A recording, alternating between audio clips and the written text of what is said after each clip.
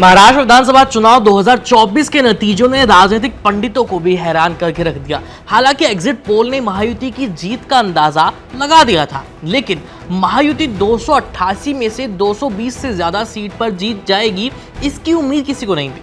महायुति की जीत ने जहां सबको हैरान कर दिया, वहीं महाविकास आघाड़ी की हार ने भी कई सवाल खड़े कर दिए, क्योंकि इस गठबंधन ने 5 महीने पहले हुए लोकसभा चुनाव में शानदार जीत हासिल की थी। फिर 5 महीने में ऐसा क्या बदल गया जो महाविकास आघाड़ी इतनी बुरी तरह से हार गई? और उससे भी बड़ा सवाल ये कि आखिर महाविकास आघाड़ी की इस हार का असल कसूरवार कौन है? अगर इस सवाल का जवाब ढूंढने जाएंगे तो एक ही जवाब मिलेगा, और जवाब है कि आघाड़ी अपनी हार की जिम्मेदार खुद है। देखिए, हर सरकार के खिलाफ सत्ता विरोधी लहर होती ही है।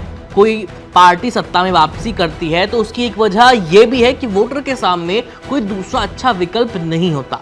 इस बार महाविकास आघाड़ी के पास अच्छा विकल्प बनने का मौका था, लेकिन उसने ये मौका गंवा दिया।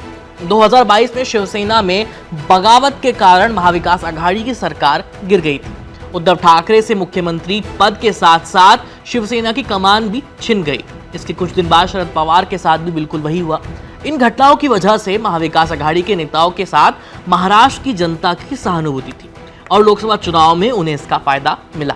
उद्धव ठाकरे और शरद पवार ने लोकसभा चुनाव में एकनाथ शिंदे और अजीत पवार दोनों को पछाड़ दिया था, लेकिन महाविकास आघाड़ी के नेता लोकसभा चुनाव में अपनी कामयाबी को हजम नहीं कर पाए और उनका ओवर कॉन्फिडेंस ही उन्हें ले डूबा। सीटों के बंटवारे से लेकर के मुख्यमंत्री पद तक महाविकास आघाड़ी के नेता लगातार आपस में ही भिड़ते रहे और नतीजा सबके सामने है। इस बार सरकारी योजनाओं के चलते भी लोगों के मन में महायुति का अच्छा खासा प्रभाव था और महाविकास आघाड़ी इस प्रभाव को कम नहीं कर पाई। इसके अलावा महाविकास आघाड़ी के नेता गवर्नेंस और नारों के मुद्दों पर भी महायुति को घेरने में कामयाब नहीं हो पाए, जबकि अजीत पवार के साथ साथ बीजेपी के कई नेताओं ने योगी के बटेंगे तो कटेंगे और मोदी के एक हैं तो सेफ है के नारे का विरोध किया था। और ले देकर आखिर में धारावी प्रोजेक्ट को अडानी के साथ जोड़कर राहुल गांधी ने मुद्दा बनाने की कोशिश जरूर की, लेकिन बाकी मुद्दों पर उनके ही आघाड़ी के नेता पिछड़ गए। इन सबसे इतर हिंदुत्व के मुद्दे ने इस बार बहुत बड़ा रोल प्ले किया है।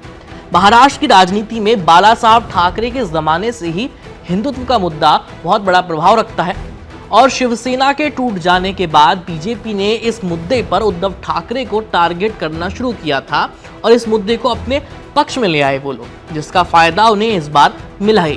खैर, महाराष्ट्र चुनाव के इन आंकड़ों पर ये तो मेरा आकलन था। आप नतीजों को लेकर के क्या सोचते हैं, हमें कमेंट सेक्शन में लिखकर जरूर बताएं। मेरा नाम है आयुष, देखते रहिए एबीपी लाइव।